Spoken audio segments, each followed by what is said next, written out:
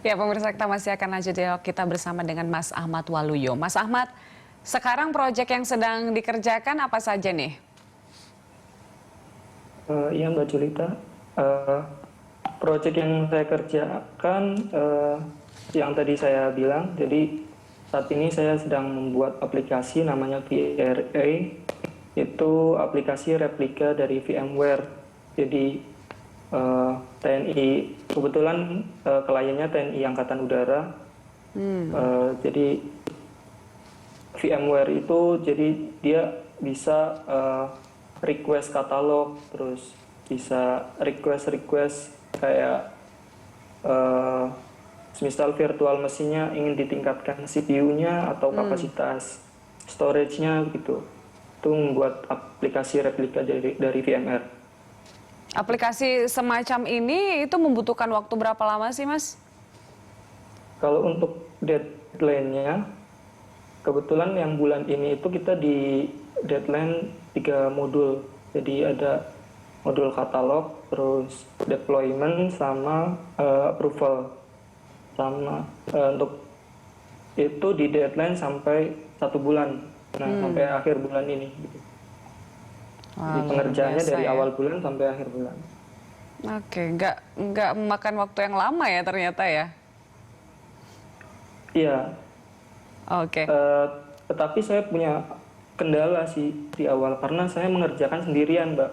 Waktu itu saya mengerjakan sendirian dengan satu sistem analis. Waktu itu saya merasa ini terlalu berat kalau dikerjakan sendirian karena modulnya kompleks.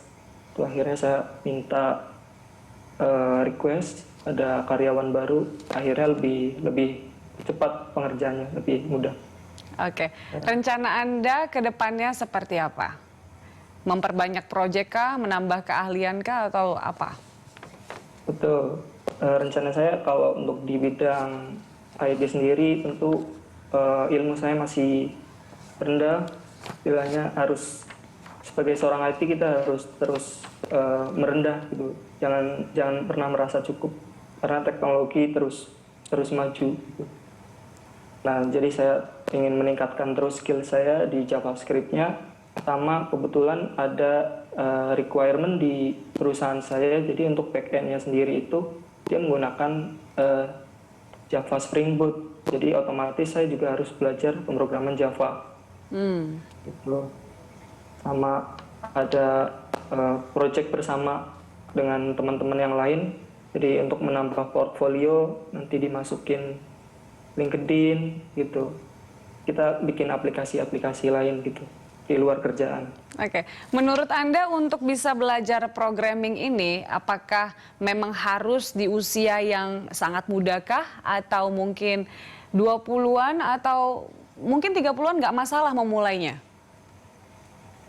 Sebenarnya usia bukan masalah ya Mbak, karena teman saya seangkatan pun ada yang usianya pertama udah lebih dari 30-an gitu.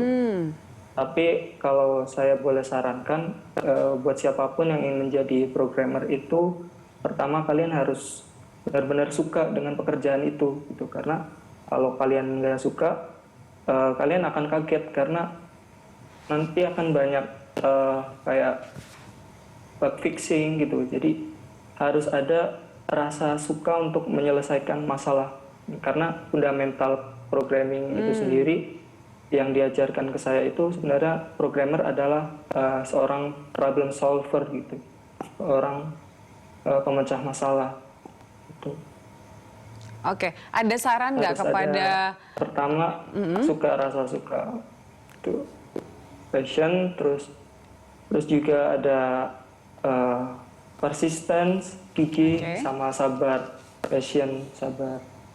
Jadi 3 itu ada passion, persistent, sama passion. Ya, kemauan.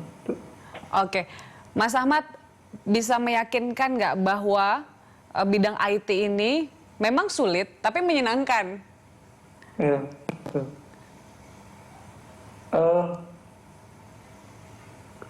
Menyenangkannya bidang IT atau programmer itu buat saya pribadi sih ketika kita berhasil menyelesaikan, istilahnya ada permasalahan bug, terus kita bisa menyelesaikannya, itu ada rasa kepuasan tersendiri gitu. Ada kayak sebuah pencapaian gitu di hati. Terus juga misal yang emang fetishnya di front end itu berhubungan dengan tampilan-tampilan, dia bisa mendesain tampilan web dan sebagainya. Itu ada rasa kepuasan. Oke, Mas Ahmad, terima kasih untuk kisah suksesnya ya. Semoga semakin sukses ke depannya. Amin, amin. Terima kasih Mas Ahmad Waluyo telah bergabung bersama kami siang hari ini.